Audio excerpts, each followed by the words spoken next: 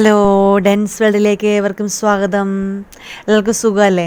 ഇന്ന് നമ്മൾ 4 bread piece കൊണ്ട് ഉണ്ടാക്കാൻ പറ്റിയ ഗുലാബ് ജാമുമായിട്ടാണ് വന്നത്. അപ്പോൾ നിങ്ങളുടെ വീട്ടിലൊരു 4 ബ്രെഡ് പീസ് ഉണ്ടെങ്കിൽ പെട്ടെന്ന് റെഡിയാക്കിക്കോ. നമുക്ക് അടിപൊളി ഗുലാബ് ജാം തയ്യാറാക്കാൻ പറ്റും. അപ്പോൾ അതിനായിട്ട് ആദ്യം തന്നെ നമുക്ക് പഞ്ചസാര പാനി ഉണ്ടാക്കണം. അതിനായിട്ട് ഞാനൊരു പാത്രം എടുത്തിട്ട് ഒരു 4 സ്പൂണോളം പഞ്ചസാര ചേർത്തിട്ടുണ്ട്. ഇനി അതിലേക്ക് ഒരു ഗ്ലാസ് വെള്ളവും ചേർത്ത് നമുക്ക് അടപ്പത്ത് വെക്കാം. പക്ഷേ നന്നായിട്ടൊന്ന് ഇളക്കി കൊടുക്കണം. പഞ്ചസാര ഒന്ന് മെൽറ്റായി വരുന്നതിന് നന്നായിട്ടൊന്ന് ഇളക്കി കൊടുക്കാം. ഇതാ കണ്ടില്ലേ, ഇതുപോലെ നന്നായിട്ടൊന്ന് ഇളക്കി കൊടുക്കുക. അതിന് ശേഷം ഇതിൻ്റെ കളറൊന്നും മാറേണ്ട കാര്യമൊന്നുമില്ല കേട്ടോ. നന്നായിട്ടൊന്ന് ഇളക്കി കൊടുക്കുക. മെൽറ്റായി കഴിഞ്ഞ ശേഷം ഒരല്പം നേരം കൂടി ഒന്ന് തിളപ്പിക്കണം. പഞ്ചസാര പാനിക്ക് ഒരല്പം കട്ടി കിട്ടാൻ വേണ്ടിയിട്ടാണ്. കട്ടി കിട്ടി കഴിയുമ്പോഴേക്കും നമുക്ക് പയ്യെ തീ ഓഫ് ചെയ്യാം. അപ്പോൾ നമ്മുടെ ബ്രെഡ് പീസുകളൊക്കെ ഇവിടെ റെഡി ആയിട്ടിരിപ്പുണ്ട്. 4 ബ്രെഡ് പീസാണ് ഞാൻ എടുത്തേക്കണത്. കണ്ടില്ലേ?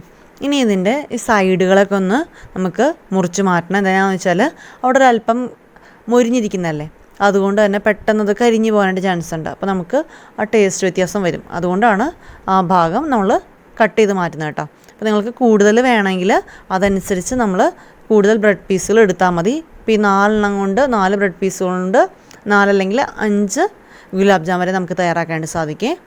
ഇനി നമുക്ക് ഈ ബ്രെഡ് പീസുകൾ ചെറുതായിട്ട് നുറുക്കിയിടാം. അപ്പോൾ നുറുക്കിയിട്ട് കഴിഞ്ഞാൽ പെട്ടെന്ന് മിക്സർ ജാറിലിട്ട് അടിക്കുമ്പോഴേക്ക് നന്നായിട്ട് പൊടിയായിട്ട് കിട്ടിക്കോളും. അപ്പോൾ അതിന് വേണ്ടിയിട്ടാണ് ആദ്യം തന്നെ ഇതുപോലെ ബ്രെഡ് പീസുകൾ ചെറുതായിട്ട് മുറിച്ചിടുന്നത് കേട്ടോ.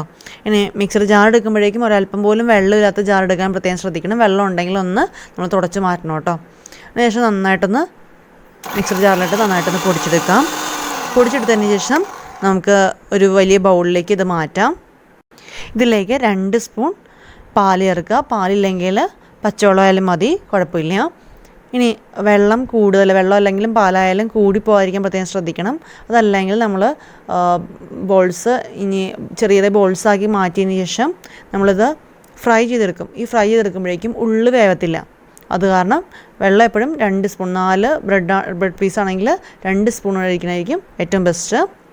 വലിയ ബൗളാക്കി മാറ്റിയിട്ടുണ്ട്. ഇനി അതിൽ നിന്ന് ചെറിയ ചെറിയ ബോൾസാക്കി മാറ്റാം.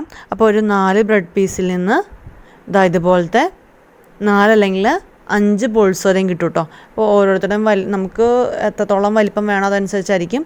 പിന്നെ ഇതിൻ്റെ ഒരു പ്രത്യേകത എന്ന് വെച്ചാൽ ഇതിൻ്റെ ഓരോ പ്രോസസ്സിലും നമുക്കത് കഴിക്കാനായിട്ട് സാധിക്കും. ഇപ്പോൾ ഇത് ഇങ്ങനെ വേണമെങ്കിൽ നമുക്ക് കഴിക്കാനായിട്ട് പറ്റും. അപ്പോൾ അതാ നമ്മുടെ ബോൾസൊക്കെ ഇവിടെ റെഡി ആയിട്ടുണ്ട് കേട്ടോ. 5 ബോൾസ് കിട്ടിയിട്ടുണ്ടായിരുന്നേ. അപ്പോൾ പാൻ അടുപ്പത്ത് വെച്ച് പാൻ നന്നായി ചൂടായി കഴിയുമ്പോഴേക്കും നമുക്കതിലേക്ക് നമ്മുടെ ഓയിൽ ചേർത്ത് കൊടുക്കാം. ആവശ്യത്തിനുള്ള ഓയിൽ ചേർത്ത് കൊടുത്താൽ മതി. ഓയിൽ നന്നായി ചൂടായി കഴിഞ്ഞ ശേഷം നമുക്ക് ഓരോ ബോൾസുകളായിട്ടിട്ട് നമുക്കത് ഫ്രൈ ചെയ്തെടുക്കണം. അപ്പോൾ ബോൾസ് എടുക്കുമ്പോഴേക്കും ബോൾസ് നന്നായിട്ട് ഉരുട്ടി കിട്ടിയാലാണ് നമുക്ക് ഫ്രൈ ചെയ്തെടുക്കുമ്പോഴേക്കും അത് പൊടിഞ്ഞു പോകാതിരിക്കത്തുള്ളൂ.